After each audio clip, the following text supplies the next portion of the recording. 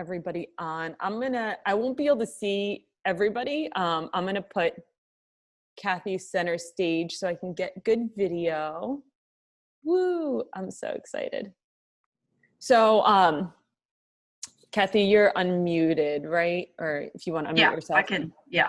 Yeah. So what I did was I went through and we gathered all of your questions from the survey that we put out yesterday. And then I also came up with a bunch of questions that I had in general too about safety and self-defense. And Kathy, if you want to take it away, you can even, if you want to share too, just your background again too, your knowledge and how you acquired it with everyone. Sure. So I'm Kathy Young, and I have been training in martial arts for over 25 years. I own 3 martial arts studios. Back in the day, I work for the American Taekwondo Association now, but owned 3 martial arts studios for about 20 years, and just love teaching women self-defense. It's kind of the only thing I do now with my new careers. I just come back and do some of these women empowerment. We do some board breaking stuff, which is fun. If we were all together, we would do some empowerment, and I'd have everybody break a board. But today we'll just learn some self-defense. I think that'll be enough.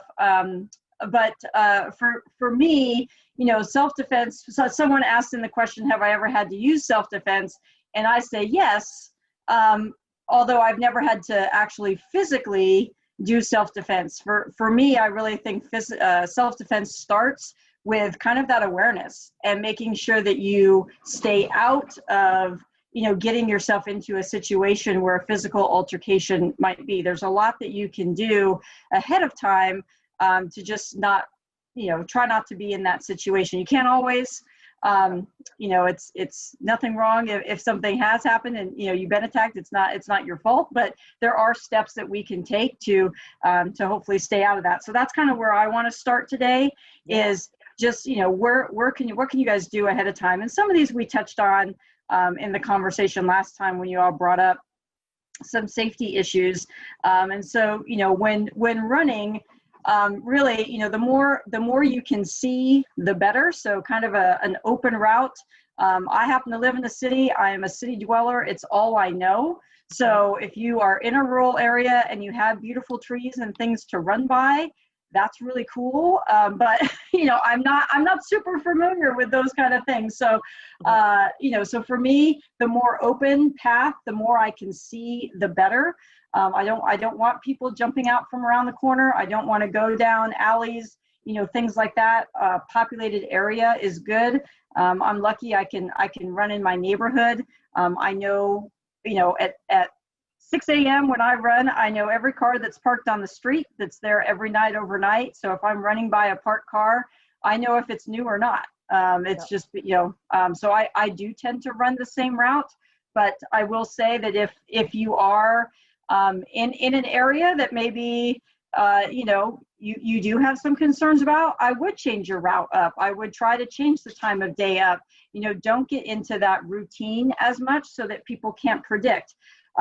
Some of us are on Strava, we're friends on Strava, right? And we're posting our route. So someone, if they friend me on Strava, I don't know them, I let them be my friend. They could see that I run the same route, right? Virtually every time I run, what days I do that. Not smart. Okay. So the self-defense expert is telling you, maybe don't do what she says, or what she does, maybe just do what she says, right? So, but those are things to think about. We're posting our routes. How often do you share that to another social media where maybe you don't know all of those people as well, right? Sometimes we connect, in different platforms and we really open ourselves up to that. So those kind of things I would just think about as a way to enhance your safety. I would also, if you have a running buddy, that's helpful. If you can run with a friend, that's always good. We talked last time that, if you do run with headphones on and you feel like someone maybe is following you, or there's someone that you're running by that is kind of giving you that vibe, just pretend like you're talking to someone on the phone. That way it's like you're running with a buddy. So that's another just great, easy safety tip that people think, oh, okay, I'm not going to attack this person because they're talking to someone right now. They can alert someone. It's good to let people know where you're going, you know, so, hey, I'm going to be running this route today. I should be back at about this time. Those kind of things are very helpful so that they know where you're going to be and when you should be back, so they can start to worry if needed, right? Send help. You know, also you want to make eye contact. So one of the things is, you know, an attacker tends to be looking for a victim. They don't want someone that's going to give them trouble, that does look prepared, that can identify them. So make sure that, you know, if you're running by people, things like that, just look at them, say hi, you know, let them know that, hey, I saw you and I can identify you later, and kind of play a game with yourself, you know, as you're running. Okay, did that guy have a hat? Did that guy have glasses? You know, what color was his shirt? Kind of see how much you can remember and maybe be able to identify later, right? So just, I don't know if that's a fun game, but it's, you know, a little game you can play. Especially if you're trying to pass some time too. I mean, anything, any like little mental tricks that kind of like take you out of your head and away from just analyzing your run, I think is a good thing. Oh, okay, good. Yeah. I know, because we all have that long run tomorrow, right? So that's we like your game, Kathy. Yeah, maybe we need some games to play. Yeah. And then, you know, somebody mentioned about, you know, possibly being worried about freezing. And so, you know, I think it is important to think about, okay, what am I willing to do? Right. So some of us on this call maybe are parents, right? And so if you're a parent, if someone was trying to take your child, what would you do? Everything, right? You would do everything. You would do everything possible, including if that, you know, happened to get you killed, right? To keep your child safe. Yep. Well, you are somebody's child. Somebody would do that for you. You need to fight that hard for yourself. Mm-hmm. Okay. But you have to think about that. What would I do? Am I willing to poke somebody in the eye? Am I willing to, you know, do X, Y, Z to someone? And you have to kind of get into that mind frame that I am worth fighting for, and that I am going to do everything possible to take care of me. And the time to think about that is not when someone grabs you. Yeah. Okay. The time to think about that is ahead of time, and to just kind of think that every day when you leave the house, I'm worth fighting for. And you stand that way, right? You stand up when you're walking around. I'm worth fighting for, and don't mess with me. Okay. And that alone, that shift, right? If you're walking through, when we can walk through a mall, or, you know, when you're walking through a shopping center, see, okay, who looks like they believe they're worth fighting for, and who could I take right now, right? Who's the victim in here right now that's projecting that kind of energy? And I don't want us, when we're out running, to project that kind of energy, right? When we go on that long run tomorrow, you need to tell that long run, oh, I got you, right? It's the same kind of mental attitude. Anybody that looks at you, they're going to be like, oh, I don't know about that one. There's going to be someone else coming along that is less aware, right? Is looking at their phone, is looking at their watch. When the holiday season comes around, you see all these people with the bags, and their arms are full, and they're looking for their car, and they forgot what aisle they parked in. That guy's who I'm attacking. Mm-hmm. Their hands are full. They can't do anything. They don't even know where they're going. Super easy to approach. Can I help you? Now I'm right next to you. Yep. Right? All of those things. And so you want to always know where you're going, even if you don't. That's kind of like that scenario that I brought up last week with the woman who, when she's running by Brian and I, and especially when it's just Brian, even when he's with the stroller and kids, she always looks down and cowers. Like her shoulders come forward, and she just looks down and looks extremely uncomfortable and intimidated and unaware. Just like wanting to be invisible, but she's actually even more obvious than anybody else on the trail to us when we see her, because now we know exactly what she looks like too. We're like, there's that woman again, you know, kind of hiding. Yeah. Exactly. Yeah. And they have their headphones in, so they can't tell how close someone is when they come, when they approach them. Next thing you know, they're right on top of you.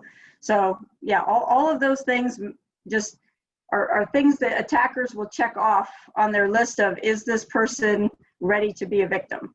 So the less boxes you check, the more safe you are, right? So that's all considered self-defense. Yep. All of that mindset, all of that prep, that's all self-defense. That's putting you in a situation that keeps you safe. Okay. Does anybody have a buddy? Was anybody able to bring buddies? I hope people have a buddy, because I made my wife get up at 6 a.m. to attack me so y'all can see this. So she's sitting here. She is not happy, but she's going to come. She's going to come. With the kid. I don't have a buddy because Brian's with the kids. That's okay. So this is my wife, Jess. It's 6 a.m. here in Arizona. So hi, Jess. Big shout out to Jess for helping out here. Oh my gosh, and we have rain. That's like everything stops in Arizona when it rains, and we go stand in it. So we're going to do that later. But anyway, that's amazing. So we're going to do a single hand wrist grab. Just start off real easy. If you have a partner, grab your partner.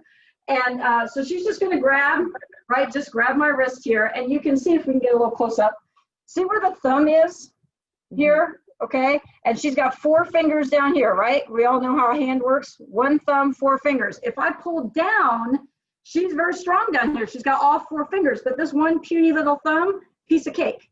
Okay. So that's it. It's that easy. You want to just pull up. Okay. Always just think pull up to get away. Yes, she can grab upside down, but seriously, what attacker is going to do that? That's like, oh, that's dumb. Okay. So they're just pull up. If up doesn't work, then go down. Okay. But up will work. Pull up. If it doesn't work the first time, add your other hand. Okay. Be strong. Use 2 hands and pull up. Okay. So just it's that easy. Step, you want to step back, use all of your weight. Boom. Just like that. Okay. If she grabs with 2 hands, I'm automatically going to use 2 hands. But again, look where her thumbs are. Both thumbs are still on top. She's not grabbing some kind of funky way, right? Think about how you grab. Okay. I'm going to reach in through the middle and pull straight up. Same thing. Both thumbs are on top. Okay. I see someone there has a partner. Try that again. Let me see what's going on. I'm watching Gabby.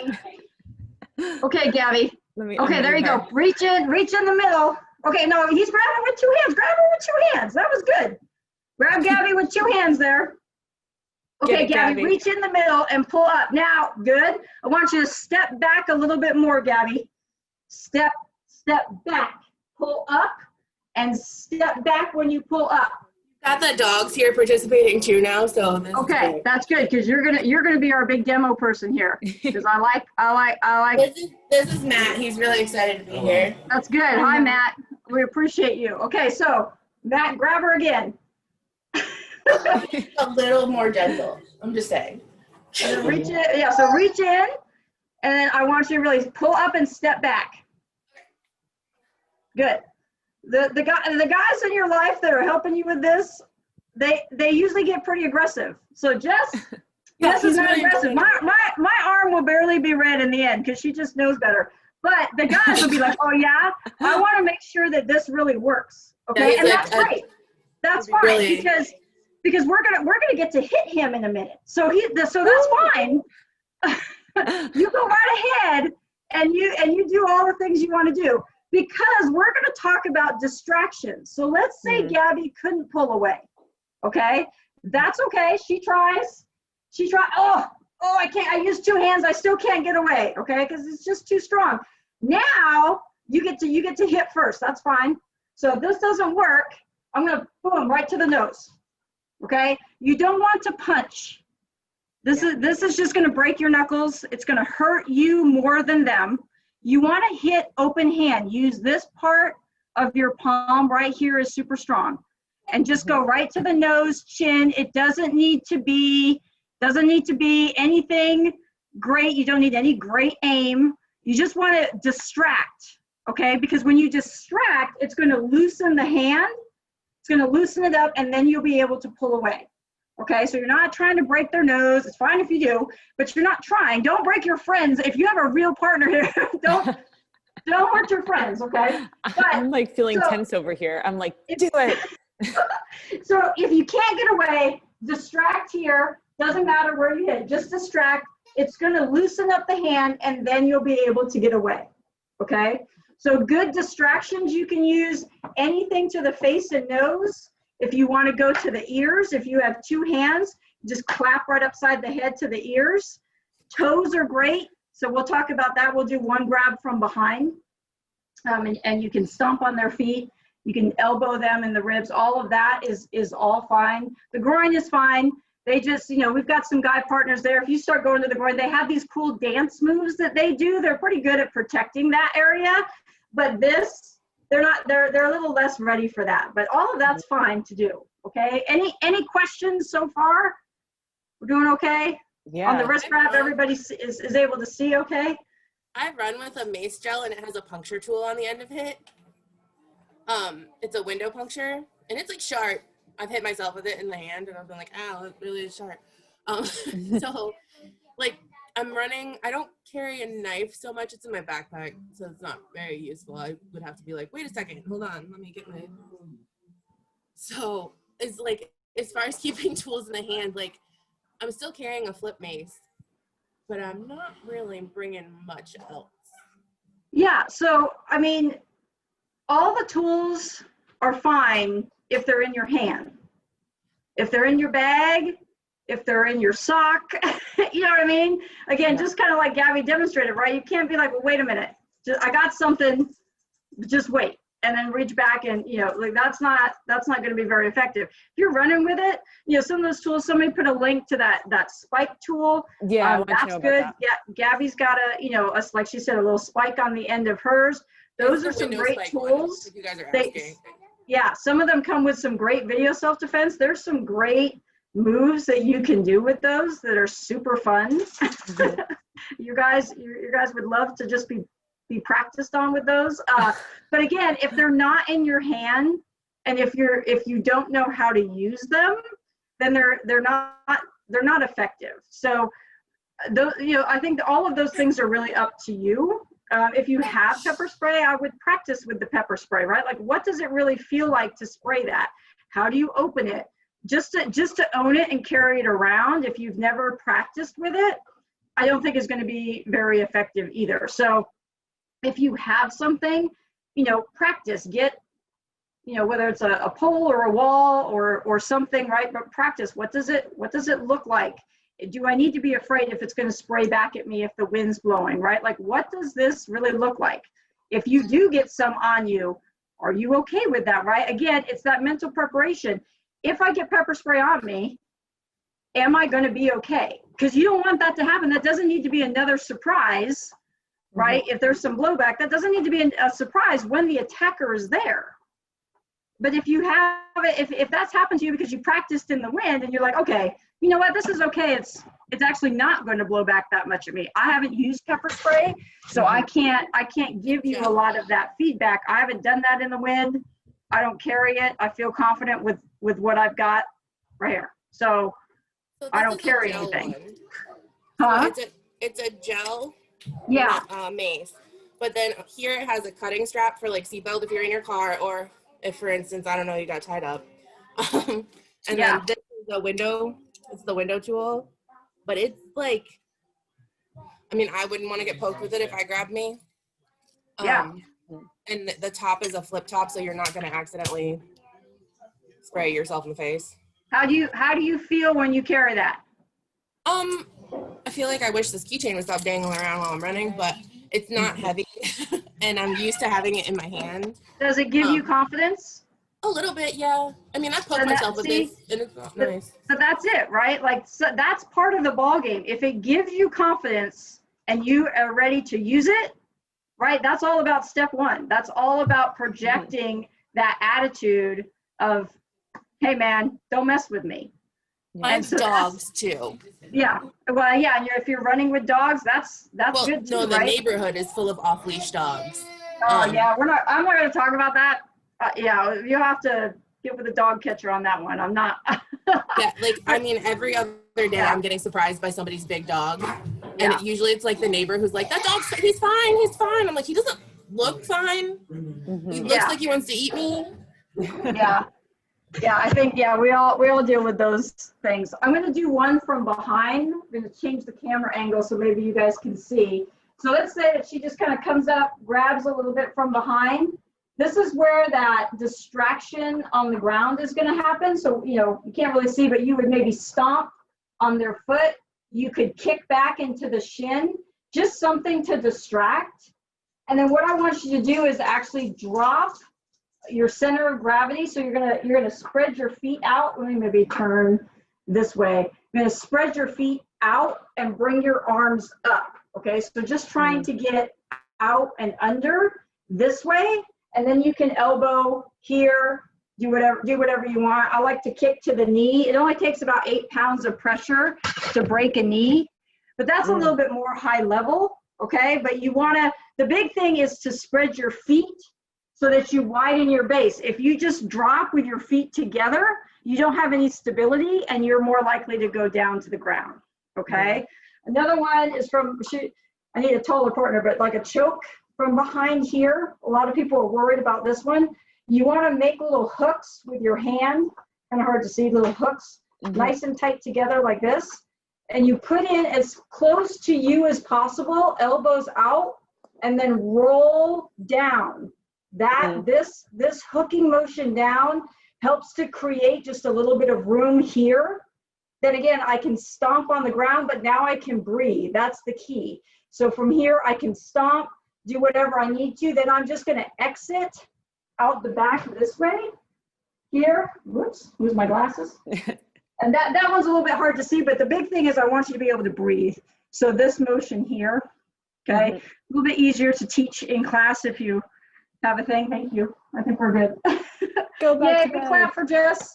Thank you, Jess. That's actually tremendously helpful, those techniques. Like, I'm going to go practice all that stuff with Brian, for sure. Yeah, and then some people ask, how important is continuing training? I think a Zoom call, right, or watching videos or stuff is great. It's great for a little bit of empowerment. I think unless you can practice hands-on, right, it's really tricky. It's helpful to hit something. So when you go to a self-defense class, they'll have targets, they'll have little pretend guys that you can hit, just so you can feel what it's like to, just to hit something with an open hand, or, to be able to get away from someone that's grabbing you. So people are offering free self-defense classes. Does one class make you a self-defense expert? No. But does one class reinforce the awareness that we just talked about? Right? They may talk about some different things even. Can it give you that hands-on experience so that you can go home and say, hey, grab me like this. And I guarantee you, whoever you're with will grab you harder than whatever you did in that class. And that's fine. But they should know that you're going to have to hit them and distract them then to get away. So that's fine. Another good one, if someone pins you up against a wall, up against a tree, all you have to do is put your hands together and just push right to the solar plexus this way. So like, if they've got you up against a wall and they're just kind of pinning you there, just put your hands together here and just straight into the solar plexus, straight out. It does not take much. It will knock the air away and they will leave. If they have your hands, right, that's a different story. But if someone is more in a sexual harassing situation, they're just too close and taking that space away from you, putting your hands together and thrusting right to the solar plexus is a great way to create that space and allow you to get away. Again, just sends that message, don't mess with me, and then you can get some help. I think that kind of covered a lot of general, if you can't immediately respond defensively, if you get pushed down, something like that, a fetal position protects you the most. So if you crunch into a fetal position, cover your head as much as you can in that fetal position until you feel like you are having an opportunity to strike. That covers up most of your major organs and can keep you safe. It also makes you hard to drag away. If someone lifts you off the ground, if you are a parent, think about your child and when they go limp. And you're like, oh my God, this is the hardest thing to move, right? That's what I want you to do. I just want you to go limp and the more you struggle and do this and actually tighten your body, the easier it is to carry you, and you're also wasting energy. So can you guys a leg lock thing that they sent us? So I'm in this like weird mom safety, like kid teaching them things. And one of the things they taught little kids when they're being picked up is this leg lock around adults. So they like lock out and latch onto one leg and then wrap their legs really tightly around the other one so the adult actually can't move their legs. Yeah. You can't pick me up if you can't get me off of you. Yeah. Was the thought. Exactly. And it's designed for little people, like teeny tinies, to stop being abducted. So if I can find the link in the mom group, I'll like send it to you. But it had like a little video, and it was actually like pretty. Like they had like a 7-year-old in the video, and they were like, it's almost physically impossible to get her off of me. And I was like, do I really want to teach them this? Right. But yeah, I would love to see Kathy's opinion on that. If you send that, you can send that to me and I'll get that over to her. Yeah. Yeah. Kathy, move your screen down just a little bit. Yeah. And then, there you go. Then we can see more of you. And then just the last thing I'll say is, somebody said about following in the car or something like that. But, if someone's following you, I mean, they don't have you, right? And so you can run, you can try to turn and get away from where they're going. It's different if they're trying to put you in a car. It is not good if they get you in a car and take you to another place. Chances are you're not surviving that. That's what statistics show. So it is important that you do everything possible to fight before you get in that car. That's not to say that you stop fighting after that situation happens. It's not saying any of that, but the importance of not being transferred to another location, of not getting put in that car, I can't tell you how important that is, that initial fight, and to be able to do that. Also, somebody said about gun defense and stuff. There's a ton of awesome gun courses, knife courses. I've been through some of those, and it's great. There is a lot that you can do. I will say, if someone comes up with a gun and says, give me whatever, just give them whatever, right? You can replace everything that you're carrying. They want your Garmin watch, they want your cool water bottle. I don't care, sure, yeah. Take whatever, right here, take that. If it's you, that's different. But you could save your life by just, hey man, whatever you want, okay? And this is key. If someone's coming at you, hey man, I don't want any trouble. Look at this. What does this look like? This looks like bring it, right? What does this look like? I instantly look bigger. This makes me look bigger. I have more defensive options from here. Okay, there's a lot. This is very helpful. This invites trouble. Okay, does everybody see the difference in that? Yeah. So this, hey man, what do you want? Right, and then just here's my wallet, here's my keys, car's over there, take it. Right, and I'm backing up and I'm creating distance the whole time. Stuff, don't fight over stuff. You're worth fighting for. Your stuff is not. Okay. Gun defense, knife defense, I would, that's a class. I mean, I can't do that through Zoom. There's no way. Ground fighting, there are amazing courses on ground fighting. If you have some self-defense classes, I'm happy to look at any links, any schools that are nearby. I can look at those and tell you. There are Krav Maga. I like Krav Maga for just self-defense. If you want the belts and you want the black belt and all that, you can get that in Krav Maga, but maybe that's something else for your kids or something. I would recommend something else. If you wanted I want to go beat the crap out of somebody and learn how to really defend myself, Krav Maga will take you through knife defense, hand-to-hand combat, as well as gun defense. You get the whole package right there, and some ground fighting. So that's great. It's no joke. it's a real deal thing. But yeah, there's a couple questions here, and I have one too. It's a really random question that I didn't include in my million questions I sent to you. Caroline is asking, can you talk about how we might use something like our car keys? And then Gabby asked about hairstyle attackers, what they look for. I don't know if I know what that one is. A long time ago, we were told, when I was younger, not to run with a ponytail, because one of the things an attacker can do is use a ponytail against you. Once they have all your hair, and it's painful and it's easy to control you. So I purposely, you will always see me in either a French braid or like a low bun, something that isn't easy to, basically, like I wouldn't notice if you grabbed my ponytail when I was running. So I was like curious if you'd heard it too, because I see it in a lot of vlogs. You know, Yes, I don't know if whether you're wearing a bun or a ponytail really is an attacker determinant.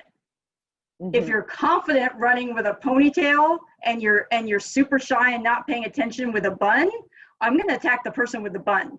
It does, to me, they're not attacking you because of your hairstyle. That to me doesn't make you more of a victim so much as your awareness, your presence, you know, and the other safety precautions that we're taking. So I wouldn't get so into that. The key part, I could go get some keys, but really you want to carry them with, you know, like a key sticking out from your knuckle area, even though I said not to punch that way, but you can't hold a key like this. But if you have a tool, right, you want the tool sticking out.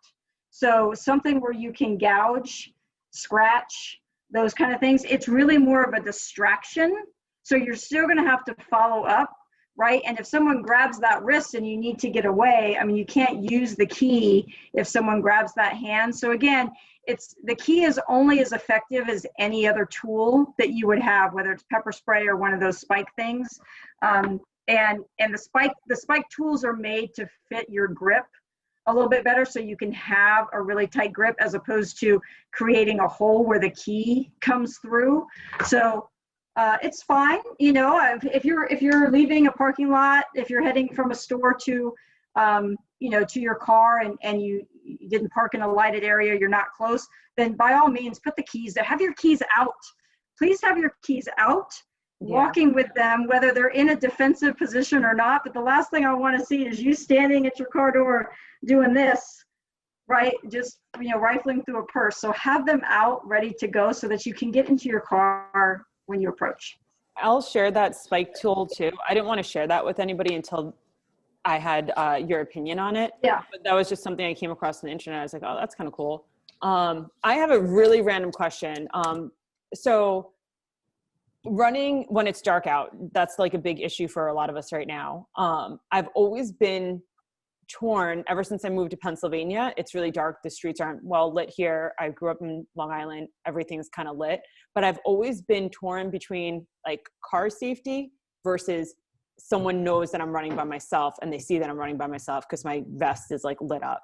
So like I'm like, I almost trust, sometimes I get into this predicament in my head, which I don't go out very often in the dark, where I'm like, I kind of don't want to be seen. Like I'd rather be looking for the cars and not be seen that I'm out here by myself running versus wearing the vest and being seen. But I'm sure maybe I'm more likely to get hit by a car than I am to be attacked. I go through this like mental battle every time I go running when it's dark out. I'm like, I kind of want to be invisible. I don't want people to know I'm like a female out here by myself. I think, and somebody asked this question too. Yeah.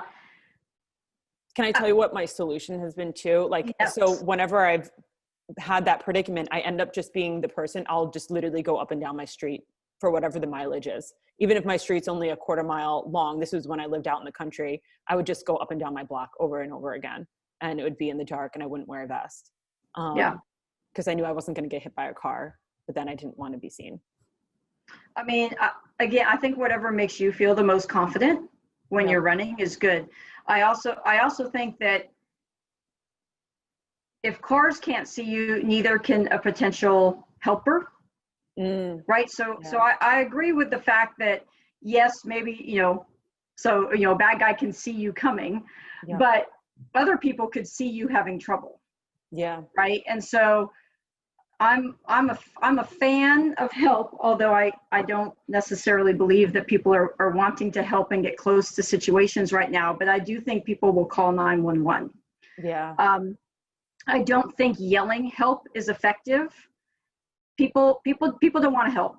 I know I sound like a big cynic, but help, right? It's like, I don't know what that situation is. Is that a domestic situation? I don't know if I want to go over there. If as a female, am I going to really engage in physical help, right? Fire, people know to call 911 if there's a fire, right? Just yell, call 911. I don't know this man, call 911. Like letting them know, I don't know this man, call 911. That's a big thing. Teach your kids that. This is not my mommy. This is not my daddy. That's important because people don't want to, right? If a kid's having a tantrum, nobody wants to engage. Okay. Well, it's the same thing. If people are having a domestic issue, nobody wants to engage. So you need, oh, hey, I don't know that. This is not my husband. This is not, I don't know this man. I don't know this man. Call 911. Right. So yelling help is, I mean, it's going to be natural to do that, but you know, getting people's attention is good. So I don't think a vest is a bad thing, but I think a vest and shorter distances near home, do other people know where you are? Right? Hey, I'm running at night. Can you sit on the phone with me while we do this? You know, Yeah, I've called people too, and I've stayed on the phone while running. Like I'll call my mom at 5 o'clock in the morning and just talk to her the whole time I'm running. Yeah. Oh, yeah. Those kind of things. So, hey, can I ask a question? You can't see my lips moving because I'm wearing my mask, but it's like, who's talking? You're like, who's talking? So I've been meeting up with a girlfriend to run at 6 on Fridays, but it doesn't get like till 6:40, and we're kind of in an area that's wooded. I'm not super wooded, but kind of. And so this time we opted to run on the street until we had a little bit of light. Like, what are your guys' thoughts on running with a buddy in that situation? Because part of me was like, there's strength in numbers, we're probably fine. But we're both smaller and shorter, and you know, I wonder about that safety aspect of it. I love the buddy. The buddy thing increases your chances of not being attacked so much, for sure. Because there will be a single runner that comes behind you. I can just wait. I'll just wait. Yep. Right. I'll wait. The attacker might wait till the next day for someone. They're not going to put. If they're really planning on doing it, if it's an opportunistic person that's on drugs, something like that, and you come across, you know, something, who knows, somebody with a weapon. But if somebody is just an attacker, you know, a rapist that's looking for an opportunity like that, they're going to wait. 2 people is not what they're looking for. So you increase your chances. I'm a fan of the buddy system for sure. Definitely. Yeah. Every rape and murder that happened on the bike path by my college, and there was almost a dozen of them, they were all alone, like solo females out on the course. Yeah. That makes sense. Does anybody else have questions for you too? I know there was like so many on here. Yeah, the road ID, we talked about that last time. I love the road ID. I think that's great. You know, again, people, you can give that to give your location to people. They can see where you're at. It does a lot. So the road ID is a great thing. Again, people knowing where you are, people expecting you back at a certain time. That's all good. One of my questions was, when is it appropriate to run? Like that, should that be your first thought of like, I mean, maybe give scenarios of like one that makes the most sense. I mean, getting away is cool. Yeah. You want to be able to get away. And so, you know, if you see someone and you want to turn, right? I mean, it can be appropriate to just turn early. You know, if you're like, man, this person looks really sketchy. They look like they're waiting for someone, right? Just turn. Be like, well, you know, I've like Aaron, right? I've reached the turnaround stop sign. It's you. You know, this is the spot where we're turning around. So, it's, you know, and then I mean, if someone grabs you and they're stunned because you hit them in the face, that you run. Like you get away as soon as you can. Is it not appropriate if the person has a gun? Like when would it be not a good scenario? I mean, that's trickier. So again, gun defense is a whole different ball game. And again, you know, is the gun from me to you? Is the gun here? Is the gun, you know, I mean, I can't really answer that. Yeah. I can also tell you, if you get into an altercation with a knife, expect to get cut. Like that, like you have to expect to get cut. That doesn't mean that you're going to die. That doesn't mean anything, but you know, you're going to be grabbing the knife, like you are going to get cut to get away. So, you know, with a gun, there's a whole nother level with gun safety. With the gun, with the gun, I would definitely say it's safer to run and risk them shooting at you, you know, whether they're going to hit you is another story, than to go to a second location with them.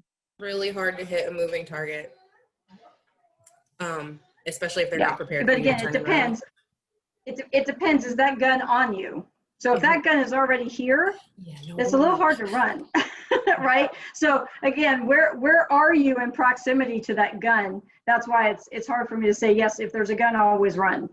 Well, and like you said too, it's like, okay, what do you want? Like, and like giving them what it is that they're asking for versus. Right. Do they want stuff? Right. Do they want stuff, or are they saying get in the car?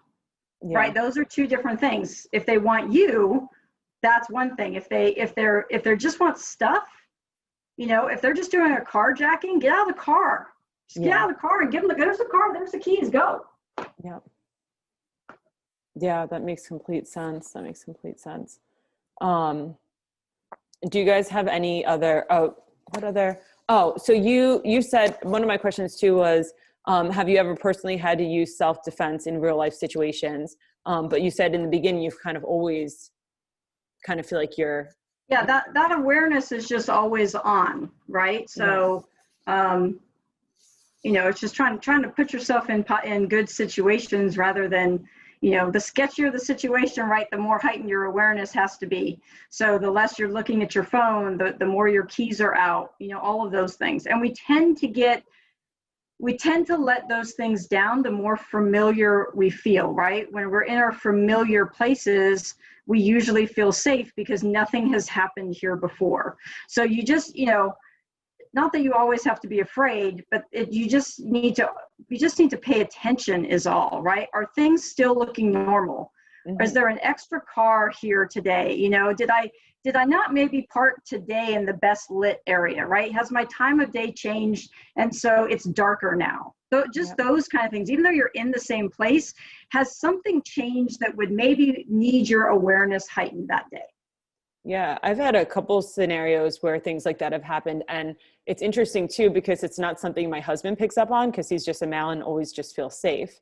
So we were running down our bike path before we lived off of the bike path.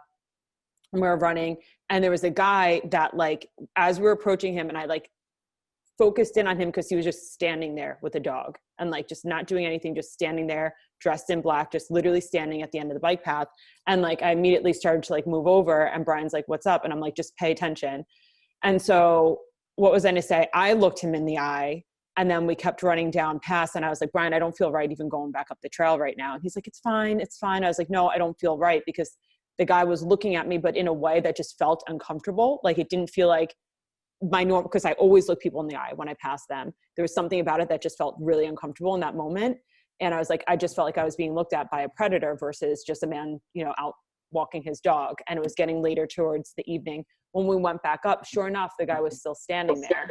As we passed him, his dog that was on a leash, like a metal chain, he let go of the chain. So the dog started running behind us, and the guy continued to follow us running for about a quarter of a mile. Brian and I pushing both of the kids. He was completely okay with the fact that we were still in numbers, 4 people, 2 kids, but 2 parents pushing a stroller, and then let go of his dog on the leash, holding on to it. But the chain was like probably 10 feet long in front of him. And he continued to follow us up the trail for about a quarter mile.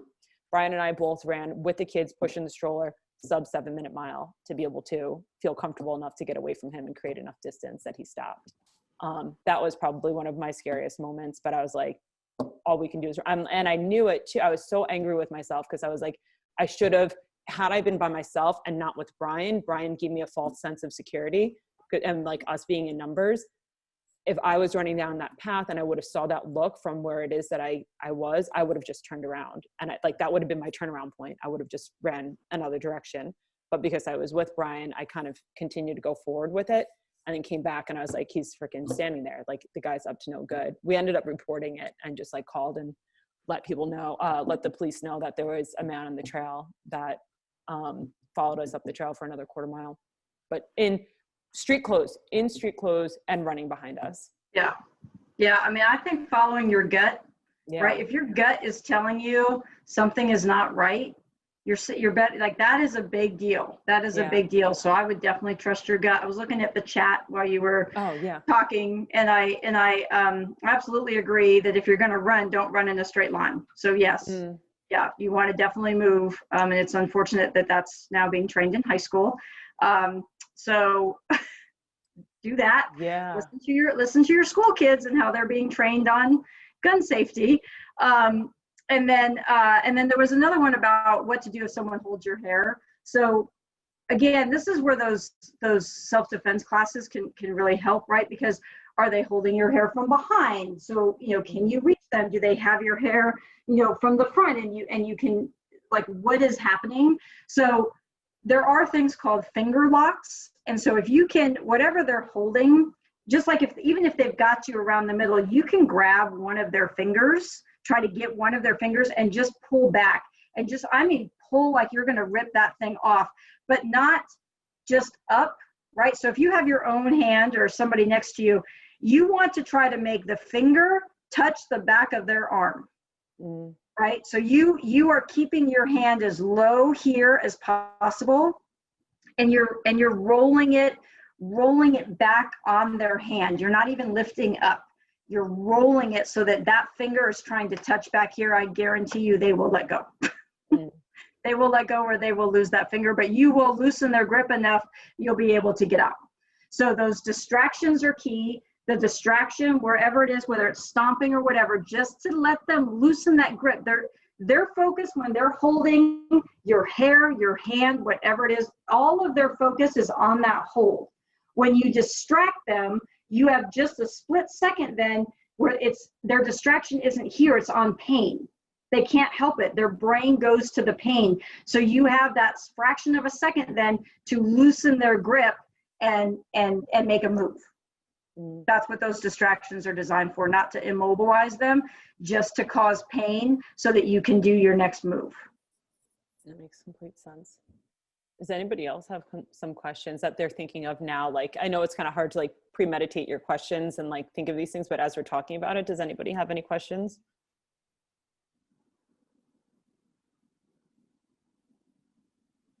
Awesome. Well, I hope this was helpful. Again, I think awareness, right? Just kind of keep doing that awareness work.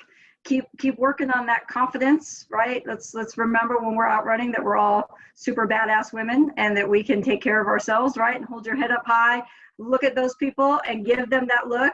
You don't want to mess with me today because I am a badass. Megan, you got a question? Yeah. Is there something because the pandemic's happening, so classes aren't really an option. So are there particular online things that you could point us to that we could be practicing at home if we can't go to a class? Yeah, I mean, there's some cool, I've seen some really cool TikTok things. I'm going to try to find this guy. There's this guy that has this whole zip tie escape stuff, which doesn't help when you're running, but man, it's really cool because people are pretty afraid of being held by zip ties, and you really can get away. And a lot of the practice that he's doing is it can be helpful. And then there's another woman. She's an MMA fighter and she does a lot of self-defense tips. She's even done some on running and things. TikTok's tricky because it's just 15 to 60 seconds, but it can lead to YouTube and some other things. I mean, I think if you if they're saying similar to what I'm doing, then you're probably fine to listen to them, right? Yeah. They're talking if they're saying something completely opposite, then I would not do that. But most people that are putting themselves there, on YouTube, most people have some credibility. Just look into what their credentials are. What you look for in a class. Like once classes are back in action, like what's a good way to choose a class? I mean, if it's in a martial arts studio, I think that's good. If it's taught by a woman, that can be something, right? It lends a little bit of credibility. There's a lot of female owners out there and they take this, they understand what it's like, right? It's not that a male instructor can't do this, and they certainly do it very effectively, but that again can lend to some just comfortability to ask questions and where they're coming from. But most martial arts studios are going to be fine. Again, if you get an opportunity to go take a free class of Krav Maga, just go do it and just go hit things. It's super fun, So and cool. and it'll be very empowering Yeah, to do for that. sure. That's Also, real awesome. quick, Yeah, go for it, girl. I have a suggestion, and it's little tiny bit tricky. I can put in like instructions how to do it, or even people are welcome to DM me or like FaceTime me if they want to learn how to do it. I know how to set up shortcuts through iPhone. I don't know how to do it on other phones, unfortunately, but I have it set up on my phone to where I have like a trigger phrase for Siri that if I say a certain phrase, it'll open up my phone automatically to start recording and send that information to a specific phone number. So if you're in a dangerous situation, you could say, "Hey Siri, I'm being attacked," or whatever phrase you want to do there. And it'll start recording the situation, and then it'll automatically send your coordinates to a trusted phone number. I'm sure there's apps that are like that. I don't know of them specifically, but I know how to put in that shortcut in your phone. If anybody wants that, they can feel free to message me or DM me on Instagram. Can you That's actually great. send that to me, and I'll put that in an event with like the recap from today and the video, and I'll make sure that gets to everybody, even just in our community here. Yes. So I actually learned how to do that through someone on TikTok because of like the police brutality stuff. They were talking about how to, with the trigger phrase that they were talking about is, "Hey Siri, I'm being pulled over," or whatever. So basically just to record encounters with the police, but you can do it with any sort of situation. If I can find that one specifically, I'll just send that to you, Alicia, because then you can just modify it to what you want it to do. Okay. Yeah. And if not, your just description of how to do it on the iPhone is totally fine. And I'll share that. Oh, sure. Yeah. I can write it down also if you'd like. Yeah. Can you do that and then text it to me? My Yes. number should be in the app, or you can just send it to Alicia at hightide.com. Sure. I can do that. That's amazing. Thank you. Mara, did you have a question? I had sort of a comment, which was that I just also want to remind people, I know we're all like really afraid of like strangers or like strange men that we don't recognize, but also it's like we're more statistically likely to be attacked by somebody that we do recognize. And like even when I was a waitress, like the men who would corner me in a parking lot after my shift were always the men who would like come in and sit in my section day after day, who got familiar with me, who knew my name, who figured out my schedule because I wasn't in charge of it. You know, the people who I do see on the trail running, you know, are the people who I'm the most wary of, especially if I recognize their faces, but I don't actually know them as a person. So I just want to also point that out, that even if something's maybe not different, it still could be dangerous. Yeah, I think that's a good tip, because that's really, you know, that's how people get close to you, right? That's how, you know, you start to feel a little bit comfortable, and that's how they're able to get close to you and make that grab. And so, you know, yeah, I think if you don't really know someone, right? It's the same thing with social media, right? Like what I was saying about how we share, you know, who we friend and then where we share our routes and everything like that. They're our friend on social media, right? But we don't really know them. And so it's the same thing, right? You may see the same person on the trail every day, but you don't know this person, and you don't know what they're really doing on the trail every day, right? How many other encounters have they had? So yeah, I agree with that. If your gut is not good, it doesn't matter. You know, if you see someone every day and you just don't like them, Yeah. just trust that. I was going to say, I thought this was important too. Florida Megan, she told me the other day that when you post an image on social media, I think it was in your Instagram story, she said it was, is Florida Megan on? When you click on that image, you can see the coordinates and the exact location of that person from the image. And I didn't even realize that. So when I had if your settings show your location, so you can adjust that in social media where your photos don't link up to the image. Yeah. So yeah, check, you know, those settings for social media can be really tricky, and they really can give away a lot. Yeah. So, you know, the more you can lock it down, I always think the better. When Jackie was visiting me, she had posted a an image and on her social media, Instagram, and Jackie was like, or Megan reached out and she's like, Alicia, is this your house? She's like, Jackie just posted this, like, and your exact location. And thank goodness when she did post it, we weren't by my house, but like, it was that easy. And I was like, I had no idea that was out there. Yeah. I'm a fan of the block, right? We're in society, we're told that these followers are a good thing, right? So followers are good, likes are good, all of that. But it really does open you up to a lot. And so people just randomly DMing you that you don't know, that you haven't seen, interacting with your page in another way, or even following you, you know, I would just block. It's not worth it. It's not worth it. Anyways, no, thank you so much, Kathy, for your time. This is absolutely incredible. And I'm going to make sure that everybody else gets this in the app and can learn from your wisdom and knowledge with everything. So thank you. Yay. Thank you. Yeah, happy to do it.